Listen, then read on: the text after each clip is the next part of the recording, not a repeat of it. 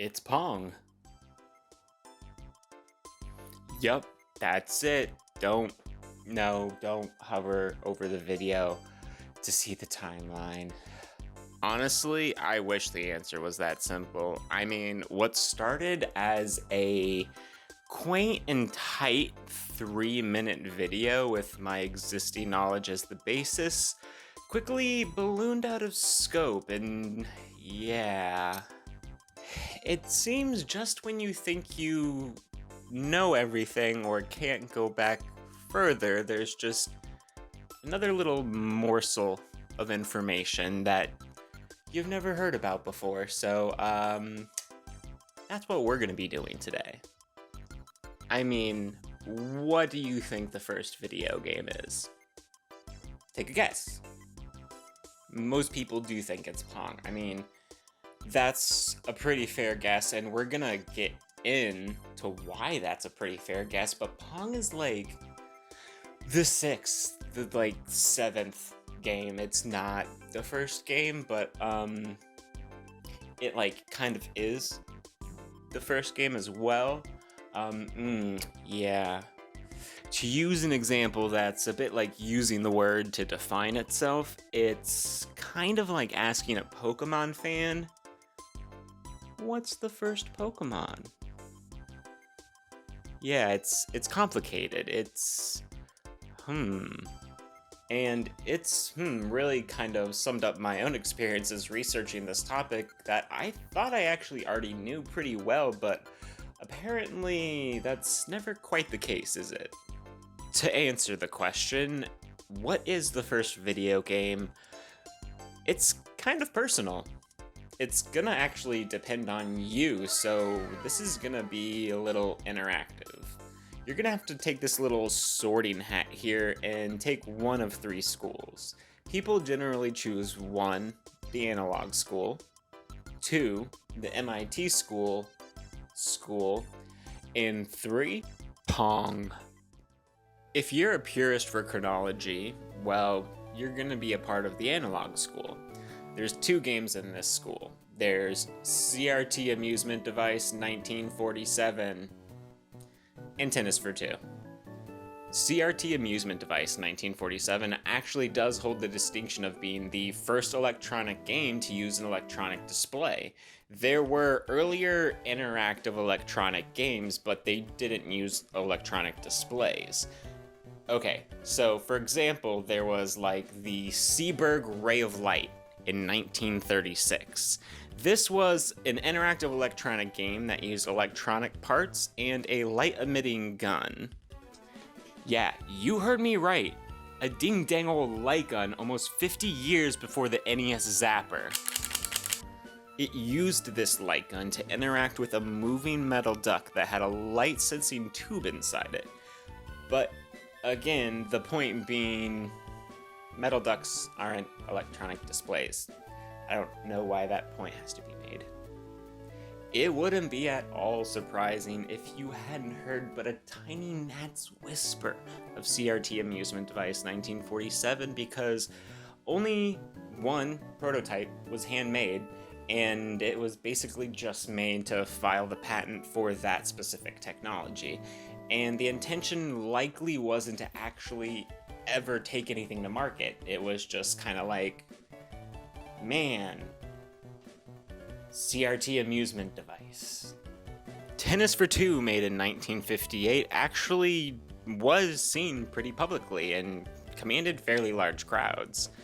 It was made using an oscilloscope to display the graphics, and it was a pretty fairly impressive bit of technology at the time. It could actually even simulate drag on the ball from air resistance.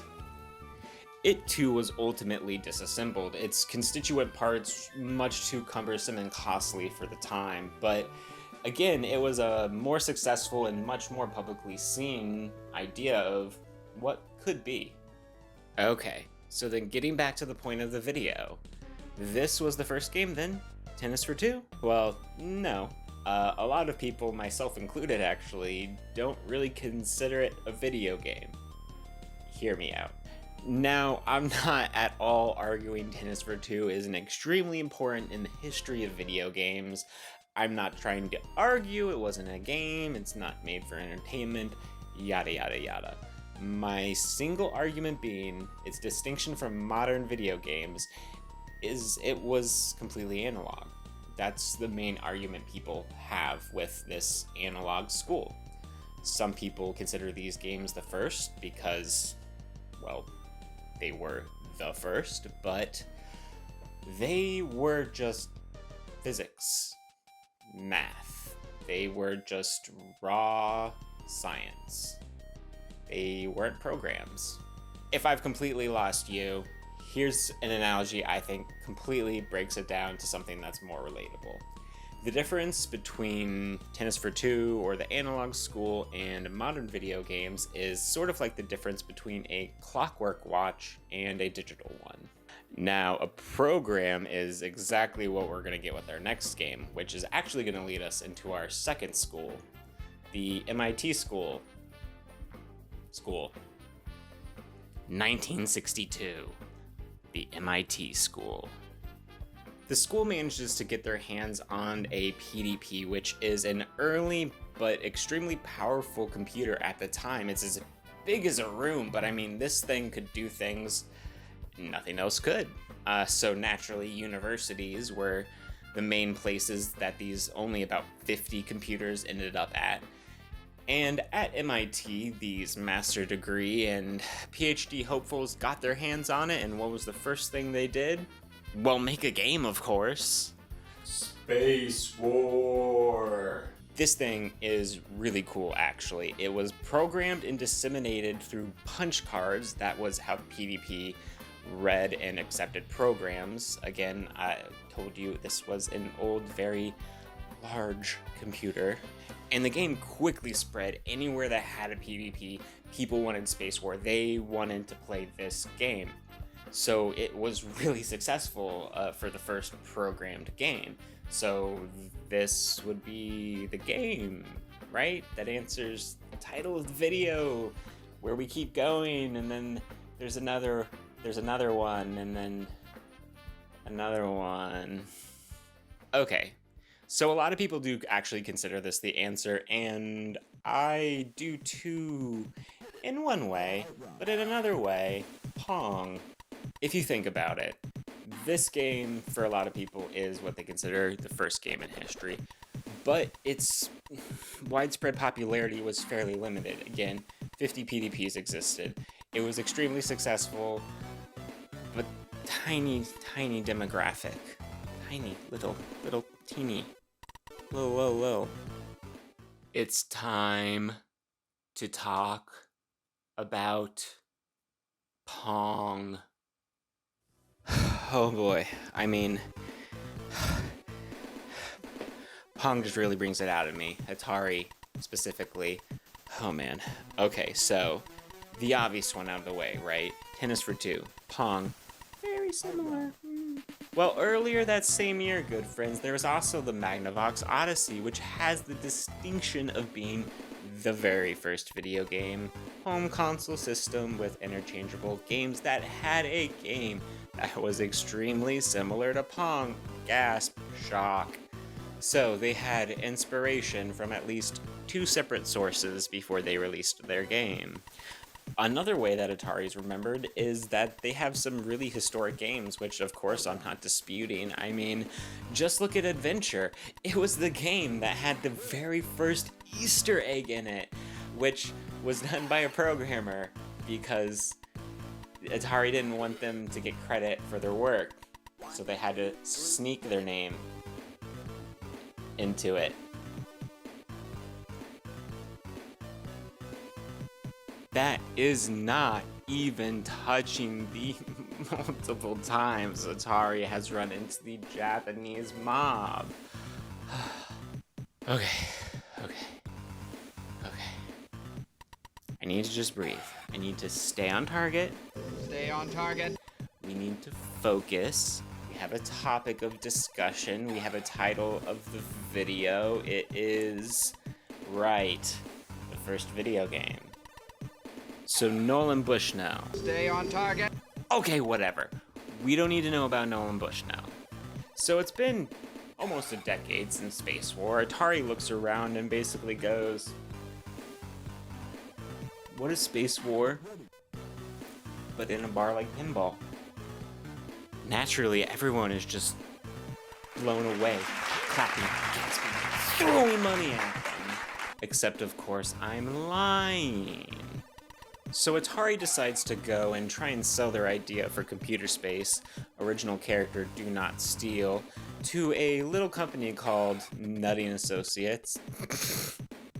And they produce it to pretty floundering results. Atari, ever being in the business of getting multiple sources of inspiration for their software endeavors, decided to double dip once again and not only get inspiration from Space War, of course, but actually earlier that same year, are we sensing a pattern here, people? Someone else was actually trying to do the same thing before Atari with Galaxy Game. Okay, Atari. Ooh. Okay. I can't anymore. It's gonna have to be different videos. Let's get back on the rails here, okay? So Computer Space sucked. Its core demographic, which was, drunk mad lads stumbling up to the cabinet to try and parse, the encyclopedic amount of information on the screen, which is like more than 2 instructions at the time, it just wasn't working.